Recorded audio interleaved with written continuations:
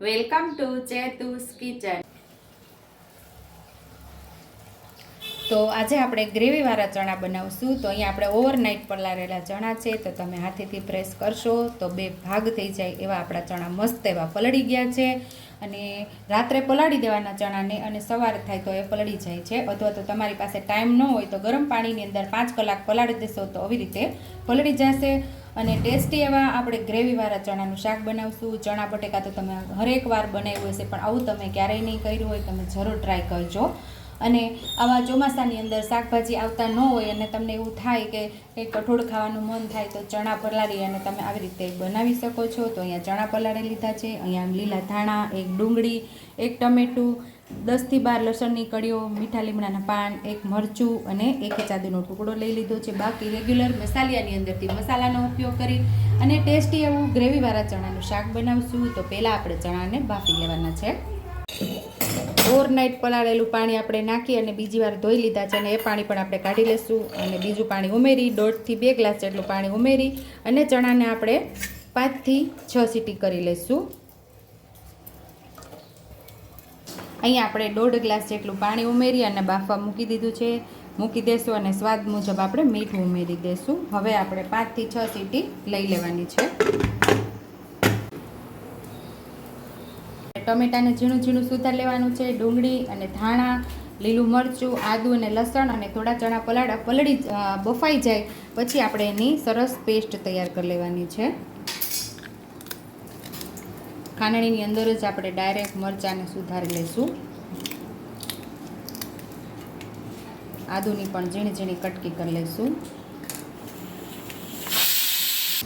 લસણ પણ ઉમેરી દીધું છે અને ચણા બફાઈ જાય એટલે 1 ચમચી જેટલા બફાયેલા ચણા પણ આની અંદર ઉમેરીને પેસ્ટ તૈયાર કરવાની છે।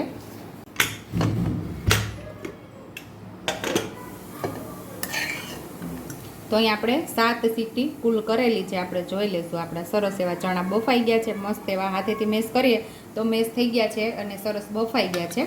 તો આપણે 1 ચમચા જેટલા ચણાની અંદર આપણે સાથે ઉમેરી અને પેસ્ટ તૈયાર કરી લઈશું।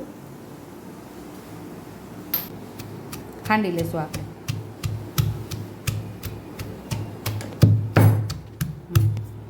આદુ, મરચાં અને લસણ અને આપણે 1 ચમચા જેટલા આપણે અહીંયા ચણા ઉમેરી અને પેસ્ટ તૈયાર કરી લીધી છે। હવે આપણે એનો ટેસ્ટી એવો વઘાર કરી લઈશું। તો અહીંયા આપણે 1 થી 1.25 ચમચા જેટલું તેલ ઉમેરેલું છે। તેલને આપણે સરસ ગરમ થવા દેવાનું છે। 1 નાની ચમચી જેટલી રાઈ ઉમેરશું, એટલું જ આપણે જીરું ઉમેરશું, 5 ચમચી જેટલી હિંગ ઉમેરશું, મીઠા લીમડાની ડાળખી ઉમેરી દઈશું, ડુંગળી ઉમેરી દઈશું। પહેલાં ડુંગળીને આપણે સાતળી લેવાની છે।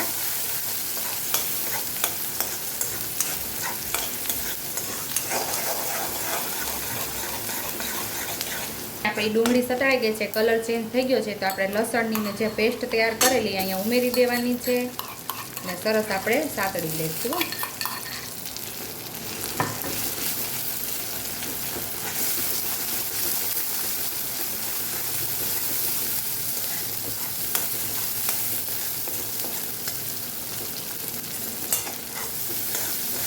લસણની કચાશ દૂર થાય ત્યાં સુધી આપણે આને સાતળવાનો છે મસાલાને।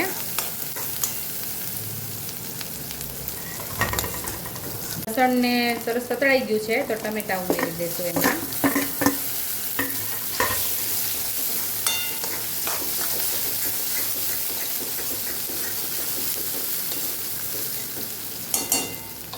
અહીંયા આપણે મસાલા કરી લઈશું।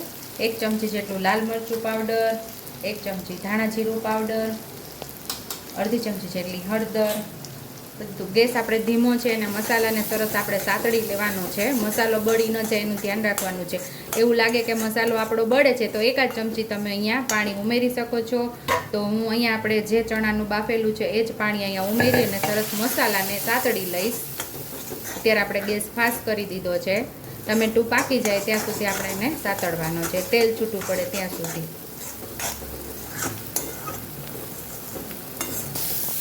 મસ્ત એવી ગ્રેવી આપણી તૈયાર થઈ ગઈ છે। તો અહીં આપણે ચણા ઉમેરી દઈશું। આપણે મીઠું ઉમેરવામાં ધ્યાન રાખશું, કારણ કે આપણે બાફવામાં મીઠું ઉમેરેલું છે.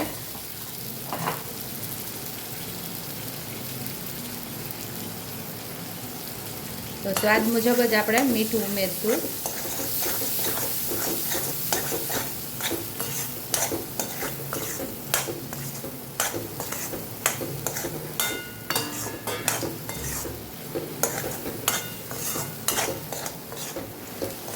મસાલા સાથે સરસ આપણે ચણાને આપણે સાતળી અને પછી આપણે જે ચણા બાફેલું પાણી જ ઉમેરશું, એટલે આપણી મીઠાશ જળવાઈ રહે.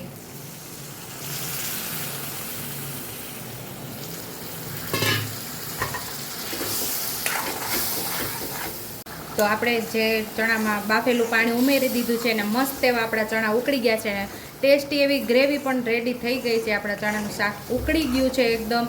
તો અહીંયા આપણે ગેસ બંધ કરી દઈશું. થોડો ગરમ મસાલો લાસ્ટમાં આપણે ઉમેરવાનો, મિક્સ કરી દઈશું.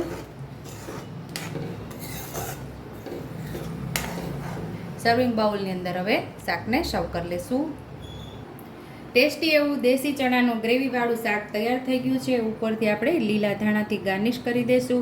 આ ચણાનું શાક તમે રોટલી, ભાખરી કે પૂરી સાથે કે પછી રાઈસ સાથે ખાવાની ખૂબ જ મજા આવે છે. જો તમને મારી રેસીપી પસંદ આવી હોય તો મારી રેસીપીને લાઈક કરજો, શેર કરજો, સબસ્ક્રાઈબ કરજો, હાઈપ કરજો, બેલ આઇકોનને દબાવતા ભૂલતા નહીં અને કમેન્ટ બોક્સમાં કમેન્ટ કરજો કે મારી રેસીપી કેવી લાગી. તો આવજો.